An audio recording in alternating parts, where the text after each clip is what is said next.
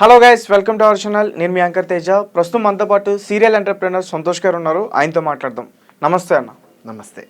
అయితే AP deputy CM Pawan Kalyan గారి మీద కొన్ని గ్రూపులు టార్గెట్ చేశాయని, కొంతమంది మావోయిస్టులు ఆయన్ని చంపడానికి ప్రయత్నిస్తున్నారని చెప్పేసి ఒక వార్త వెలుగులోకి రావడం జరిగింది. సో దాని గురించి సో పవన్ కళ్యాణ్ గారికి డిప్యూటీ సీఎం అయిన తర్వాత అంటే 2024 ఎలక్షన్స్ తర్వాత సెక్యూరిటీ థ్రెటన్స్ చాలా పెరుగుతున్నాయనే మాట వాస్తవం.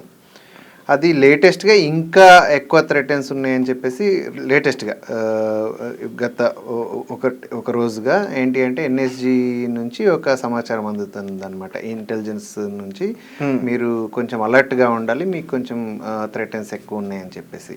అయితే ఇప్పుడు మీరు ఒక విషయం అడిగారు, లైక్ మావోయిస్టుల నుంచి ఒక థ్రెటన్ ఎక్కువ ఉంది అని చెప్పేసి అంటే గతంలో పవన్ కళ్యాణ్ గారికి మావోయిస్టుల దగ్గర నుంచి ఒక లేఖ వచ్చింది.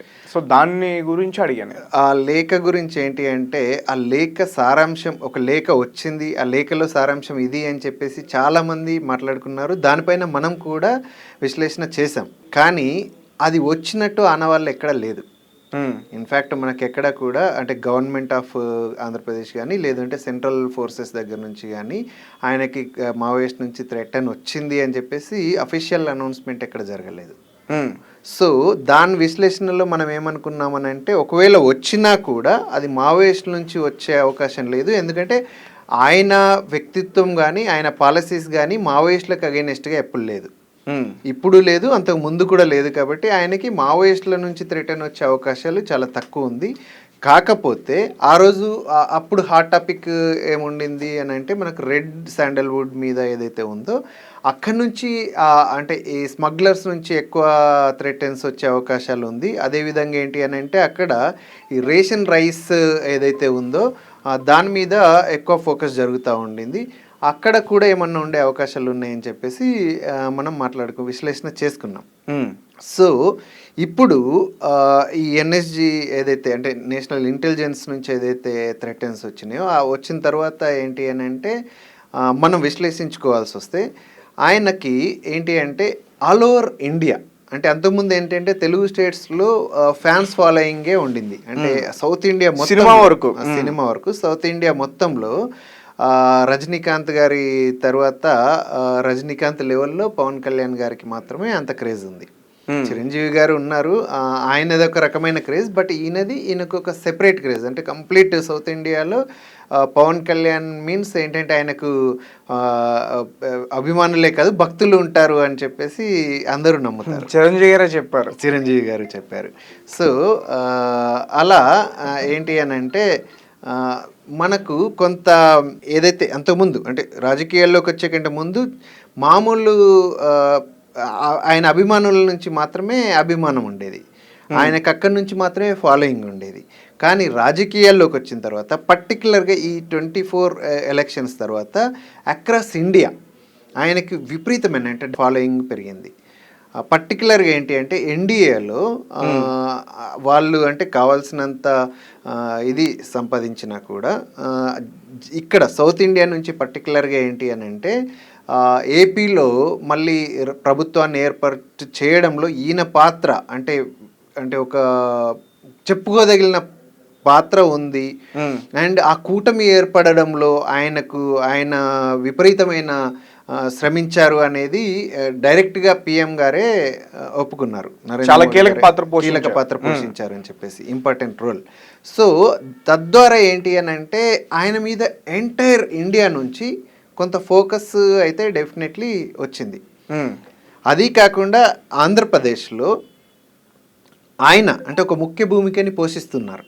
డెఫినెట్లీ చంద్రబాబు గారు ప్రభుత్వం ఏర్పాటు చేసిన ఖచ్చితంగా జనసేన సపోర్ట్తో ఏర్పాటు చేశారు. కాబట్టి సో జనసేననే లేకపోయి ఉంటే చంద్రబాబు గారు అక్కడ ప్రభుత్వం ఏర్పాటు చేయడం కీలకమయ్యేది, కఠినమయ్యేది అనేది అందరూ నమ్ముతున్న వ్యవహారం ఇప్పుడు. సో ఇలాంటి పరిస్థితుల్లో ఆయనకు ఏంటి అంటే పర్టికులర్గా పవన్ కళ్యాణ్ గారికి ఒక అది లేకుండా చేసామనుకోండి, పవన్ కళ్యాణ్ గారిని అక్కడ లేకుండా చేస్తే డెఫినెట్లీ ఏంటంటే అక్కడ మొత్తం విచ్ఛిన్నమయ్యే అవకాశాలు ఉన్నాయి. అది కాకుండా ఇక్కడ అంటే ఆంధ్రప్రదేశ్లో ఒక ఒక ఏంటంటే ఒక విధ్వంసాన్ని సృష్టించవచ్చు. అదేవిధంగా సెంట్రల్ నుంచి అంటే బీజేపీ కూడా ఏంటి అంటే వాళ్ళకి అంత కెపాసిటీ ఉన్నా కూడా పవన్ కళ్యాణ్ గారిని ప్రైజ్ చేయడం చూస్తున్నారు. ఏది ప్రధాని మోడీ గారు. సో ఈ ఈ ఈ పర్టికులర్ వ్యక్తిని ఫోకస్ చేయగలిగితే అక్కడ కూడా కొంత మనము దీన్ని విధ్వంసాన్ని సృష్టించవచ్చు అని చెప్పేసి కొంతమంది వ్యక్తులు దీని వెనకాల ఉండే అవకాశం అయితే ఉంది డెఫినెట్లీ. ఓకే. సో అలా ఏంటి అని అంటే పవన్ కళ్యాణ్ మీద అటాక్ చేయాలి, అక్కడ ఏదో ఒకటి సృష్టించాలి అని డెఫినెట్లీ కొంత జరుగుతూ ఉండొచ్చు. అంటే ఇన్ఫర్మేషన్ మొత్తం కూడా కేంద్రం నుంచి వచ్చిందని చెప్తున్నారు. అంటే కేంద్రానికి సంబంధించిన ఇంటెలిజెన్స్ గ్రూప్స్ దగ్గర నుంచి వచ్చాయని చెప్తున్నారు. అంటే ఇక్కడ హోమ్ మినిస్టర్ మరి సెక్యూరిటీ సరిగ్గా లేదా పవన్ కళ్యాణ్ గారికి? ఇప్పుడు వివిఐపీల భద్రత విషయానికి వస్తే పర్టికులర్గా స్టేట్ లెవెల్ సీఎం కానీ లేదు అని అంటే కొన్ని టాప్ లెవెల్ వివిఐపీల సెక్యూరిటీ విషయానికి వస్తే మనం కేటగిరీస్ వైజ్గా డివైడ్ చేస్తాం. సో ఈ సెక్యూరిటీ ఎప్పుడు కూడా central government and state government భాగస్వామ్యంలో నడుస్తూ ఉంటుంది. ఇప్పుడు మనము వై కేటగిరీ భద్రత అని వింటాము, అదేవిధంగా జెడ్ కేటగిరీ భద్రత అని కూడా. జెడ్ కేటగిరీ చంద్రబాబు నాయుడు అంటే సీఎం స్టేట్ సీఎంలందరికీ కూడా జెడ్ కేటగిరీ భద్రత. ఆయన సీఎంగా లేనప్పుడు కూడా జెడ్ కేటగిరీ ఉంది. సీఎంగా లేనప్పుడు అని అంటే ఆయన సీఎంగా చేసి ప్రతిపక్షంలో ఉన్నప్పుడు ఆయనకు జెడ్ కేటగిరీ ఉండింది. అదేవిధంగా అంటే ఫస్ట్ 2014 నుంచి 2019లో ఎప్పుడైతే ఆయన బయటకు వచ్చారో అప్పుడు ఆయనకి జెడ్ కేటగిరీ భద్రతని కంటిన్యూ చేశారు. బికాస్ ఆఫ్ ఈ సెక్యూరిటీ థ్రెటన్స్ కారణంగా ఆ కేటగిరీ భద్రతని కంటిన్యూ చేశారు. అదేవిధంగా ఇప్పుడు మళ్ళీ ఆయన సీఎం అయ్యారు, ఆయనకి జెడ్ కేటగిరీ భద్రతని కంటిన్యూ చేస్తున్నారు. అదేవిధంగా మన పవన్ కళ్యాణ్ గారు ఎప్పుడైతే డిప్యూటీ సీఎం అయ్యారో ఆయనకి వై కేటగిరీ భద్రతని అనౌన్స్ చేశారు, వై ప్లస్ కేటగిరీ భద్రతని అనౌన్స్ చేశారు. ఇప్పుడు జెడ్ కేటగిరీ భద్రతలో ఏంటి అని అంటే 22 పర్సనల్ ఉంటారనమాట. సో దాంట్లో ఈ 22లో 4 to 6 మెంబర్స్ ఎన్ఎస్జీ కమాండోస్ ఉంటారు. మిగిలిన వాళ్ళంతా స్టేట్ గవర్నమెంట్ నుంచి పోలీస్ డిపార్ట్మెంట్ నుంచి సెక్యూరిటీ పర్సనల్ ఉంటారు అనమాట. సో అది ఈ పోర్షన్ ఏదైతే ఉందో ఈ 4 to 6 కానీ ఈవెన్ కొంత పెంచే అవకాశాలు ఎప్పుడు ఉంటాయి అని అంటే అక్కడ ఎంత అంటే ఆ థ్రెటన్ ఫోర్స్ ఎలా ఉంది అనే దాన్ని బేస్ చేసుకొని ఈ కంపోజిషన్ అంతా చేస్తూ ఉంటారు. అదేవిధంగా పవన్ కళ్యాణ్ గారికి ఇచ్చిన ఏదైతే సెక్యూరిటీ ఉందో వై ప్లస్ కేటగిరీ దాంట్లో ఏంటి అని అంటే మొత్తం 11 మెంబర్స్ ఉంటారు. ఈ 11 మెంబర్స్లో 2 to 4 ఎన్ఎస్జీ కమాండర్స్ ఉంటారు, మిగిలిన వాళ్ళంతా లోకల్ కమాండోస్ ఉంటారు అనమాట. ఏది స్టేట్ గవర్నమెంట్ నుంచి పోలీస్ డిపార్ట్మెంట్ నుంచి. సో ఇప్పుడు నిన్న ఏదైతే జరిగిన కొత్తగా వచ్చిందో అంటే ఆయనకి ఇంకా థ్రెటన్ ఎక్కువ ఉంది అన్న తర్వాత ఆయనకు సెక్యూరిటీ పెంచారు. సెక్యూరిటీ పెంచి ఇప్పుడు 11గా ఉన్నదాన్ని 18గా చేశారనమాట. 18గా చేసి ఆయన సెక్యూరిటీని ఇంకా పెంచారు. ఓకే, అలా జరుగుతుంది. ఎందుకు పవన్ కళ్యాణ్ గారిని ఎందుకు టార్గెట్ చేస్తున్నారు అనుకోవచ్చు? అంటే ఇప్పుడు ఆంధ్రప్రదేశ్ ముఖ్యమంత్రి చంద్రబాబు నాయుడు గారు ఉన్న ఈయనని ఎందుకు టార్గెట్ చేస్తున్నారు అని అంటే అదే నేను మీకు చెప్పినట్టు సెంట్రల్లో ఎన్డీఏలో ఇంకా కొన్ని ఏది పార్టీలు భాగస్వామ్యంలో ఉన్నాయి. ఇక్కడ నుంచి టీడీపీ ఉంది అండ్ జనసేన కూడా ఉంది. ఎనీవే కూటమిలోనే ఉన్నారు. కానీ అక్కడ ఏంటి అని అంటే జనసేన నుంచి పవన్ కళ్యాణ్ గారు తక్కువ సీట్లలో పోటీ చేసినా కూడా ఆయన ప్రభావం ఈసారి 2024 ఎలక్షన్స్లో ఆంధ్రప్రదేశ్లో చాలా క్లియర్గా ఉంది. ఆయన ప్రభావం ఆయన లేకపోయి ఉంటే ఈ కూటమి ప్రభుత్వం ఏర్పాటు చేసే అవకాశాలు చాలా చాలా చాలా తక్కువ ఉండేవి అనేది ప్రజలు నమ్ముతున్నారు, అలాగే విశ్లేషకులు నమ్ముతున్నారు. అది నిజం. అదేవిధంగా సెంట్రల్లో కూడా ఏంటి అని అంటే వాళ్ళకి ఏదైతే అక్కడ మెజారిటీ వచ్చిందో దాంతోపాటు ఏంటంటే టీడీపీకి వచ్చిన సీట్లు, అదేవిధంగా బీహార్ నుంచి నితీష్ కుమార్ గారికి వచ్చిన ఓట్లు ఏవైతే ఉన్నాయో అవి కీలకంగా ఉండినాయి. ఆ తరుణంలో ఏంటి అని అంటే ఒకవేళ టీడీపీ కానీ లేదు అని అంటే అక్కడ నితీష్ కుమార్ కానీ ప్రభుత్వం నుంచి బయటకు వస్తే ప్రభుత్వం ఏర్పాటు చేయడం క్లిష్టంగా ఉండే పరిస్థితుల్లో టీడీపీ ఎట్టి పరిస్థితుల్లోనూ బయటకు వెళ్ళదు అనే నమ్మకాన్ని దృఢంగా నమ్మారు ఎవరు? పిఎం మోదీ. ఓకే. ఎందుకు అంటే అక్కడ చంద్రబాబు గారు పవన్ కళ్యాణ్ గారి వాళ్ళిద్దరి మధ్యన బాండ్ చాలా స్ట్రాంగ్గా ఉంది. నెక్స్ట్ 5 years దాకా వాళ్ళు డెఫినెట్లీ ఏంటంటే విడిపోయే అవకాశాలే లేవు. ఎట్టి పరిస్థితుల్లో అంటే ఒకవేళ టీడీపీ కాంగ్రెస్ ప్రోద్బలంతో ఏమైనా అంటే బీజేపీకి సపోర్ట్ చేయకుండా బయటకు వెళ్ళాల్సి వచ్చినా కూడా అలాంటి అవకాశం ఏదన్నా అంటే రాజకీయాల్లో ఎప్పుడైనా ఏదైనా జరగవచ్చు. సో ఒకవేళ బీజేపీ సపోర్ట్తో కూటమి ఏర్పడినా కూడా కూటమి నుంచి బయటకు వెళ్ళే అవకాశం ఉంటుందా అనే భయం బీజేపీకి ఉంటుంది. డెఫినెట్లీ టీడీపీ వెళ్ళిపోవచ్చు, అదేవిధంగా నితీష్ కుమార్ గారు కూడా వెళ్ళిపోవచ్చు అనే భయం ఉంటుంది. కానీ ఇక్కడ ఏపీ నుంచి టీడీపీ డెఫినెట్లీ బయటకు వెళ్ళదు. ఎందుకనంటే టీడీపీకి ఇప్పుడు పవన్ కళ్యాణ్ గారి అక్కడ ఏదైతే వాళ్ళ కూటమి ఉందో ఇక్కడ మనం ఎవరిని విమర్శించడం కానీ ఎవరిని సపోర్ట్ చేయడం కానీ మనం చేయట్లేదు. కానీ ఆ సమీకరణలు ఏవైతే ఉన్నాయో అవి చాలా స్ట్రాంగ్గా ఉన్నాయి. ఇక్కడ ఒకరిని ఒకరు అంటే నేను గొప్ప నువ్వు గొప్ప అనే వ్యవహారం జరగదు.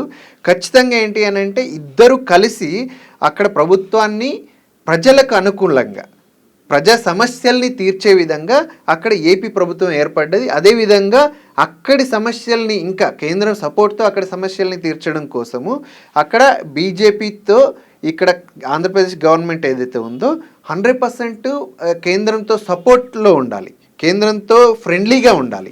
అదే ఆ ఫ్రెండ్లీనెస్ తోటి ఏంటి అని అంటే ఏపీకి రావాల్సిన ఏవైతే ఇంత ముందు బకాయిలు కానీ లేదు అని అంటే విభజన సమస్యలు కానీ వాళ్ళతో మనము సామరస్యంగా ఉన్నప్పుడు మాత్రమే అవి మనం తీర్చుకోగలుగుతాం. ఆ విధమైన ధోరణి ఇద్దరిలోనూ ఉంది, ఇటు పవన్ కళ్యాణ్ గారిలోనూ అండ్ చంద్రబాబు గారిలోనూ ఉంది. సో ఆ పరిస్థితి ఉంది కాబట్టి అక్కడి నుంచి బీజేపీ డెఫినెట్లీ చాలా స్ట్రాంగ్గా బిలీవ్ చేస్తుంది వాళ్ళు బయటకు వెళ్ళరు అని చెప్పేసి. కాకపోతే వీళ్ళిద్దరిలో ఏదో విధ్వంసం సృష్టించాలి. అంటే ఇక్కడ ఏదో ఈ బాండ్ని అంటే ఈ సమీకరణాలని మనం కట్ ఆఫ్ చేయాలి. దీనికోసం ఎవరు ప్రయత్నిస్తున్నారు అని కూడా మీరు అనుకోవచ్చు. అంటే ఒకవేళ ఇప్పుడు ఆంధ్రప్రదేశ్లో ఉన్న ప్రతిపక్షం ఒకవేళ మాట్లాడుకుంటే ప్రతిపక్షం ఎలాంటి దాడులకి ప్రయత్నం చేశారు అనుకుంటే ముఖ్యమంత్రి ఎవరైతే ఉన్నారో ఆయన మీద చేయొచ్చు, ఆయన తర్వాత ఉన్న వ్యక్తి మీద చేయరు కదా. ఇక్కడ మీరు అదే ఏమనుకుంటున్నారంటే ఇది ఆయనని పర్సనల్గా మాత్రమే టార్గెట్ చేస్తుంది కాదు, అక్కడ ఏంటి అంటే వ్యవస్థని కూలదోయాలి అనే విధంగా నడుస్తూ ఉంది. సో ఇక్కడ ఏంటి అని అంటే సెంట్రల్ గవర్నమెంట్కి ఇక్కడ ఏపీ గవర్నమెంట్ అంటే ఈ కూటమి ఏదైతే సపోర్ట్ చేస్తుందో ఈ జనసేనని బలహీనం చేయగలిగితే టీడీపీని కూడా బలహీనం చేయొచ్చు. అంటే ఒకవైపు నుంచి నరుక్కుంటూ రావాలి అనే ఒక విధమైన ఆలోచన ధోరణి అక్కడ కనబడతా ఉంది. ఇప్పుడు ఏంటి అని అంటే జనసేన చాలా బలంగా ఉంది, ఆ బలము టీడీపీకి మంచి బలమైంది. సో ఈ జనసేన బలాన్ని మనం కట్ ఆఫ్ చేసేసామనుకోండి టీడీపీ వీక్ అయిపోతుంది కదా. సో తద్వారా అక్కడ ఏపీలో ప్రభుత్వం కూలే అవకాశాలు ఉంటాయి కదా. అందుకని చెప్పేసి అక్కడ ఎక్కడైతే ఫోకస్ ఉందో ఆ ఫోకస్ని అతని ఏదైతే అగెనిస్ట్ పీపుల్ ఉన్నారో వ్యతిరేక శక్తులు ఉన్నాయో అతని మీద ఆ లెవెల్ నుంచి ఫోకస్ చేస్తున్నాయి అనమాట. తద్వారా ఏంటి అంటే ఆయనని వీక్ చేసేయడము, లేదు అని అంటే ఆయన మీద అంటే ఒక మర్డర్ అటెంప్ట్ లాంటిది జరిగే అవకాశాలు కూడా ఉన్నాయి ఎన్ఎస్జీ సమాచారం ప్రకారం. సో ఆయన మీద ఏదైనా జరిగింది అని అంటే అండ్ ఇంకోటి ఏంటంటే జనసేనలో ఒక పటిష్టమైన సమీకరణ జరగలేదు. అంటే గ్రామ స్థాయి వ్యవస్థ నుంచి పట్టణ స్థాయి వ్యవస్థ, ఆ తర్వాత డివిజనల్, ఆ తర్వాత డిస్టిక్, ఇట్లా జరగలేదు. సో ఏంటి అంటే ఒకటే సెంట్రల్ నుంచి అంటే కంప్లీట్గా కేంద్ర బిందువు అంటే పవన్ కళ్యాణ్ గారి నుంచే జరుగుతూ ఉంది మొత్తం వ్యవస్థ అంతా. జనసేన అతన్నే లేకుండా చేస్తే అసలు పార్టీయే ఉండదు.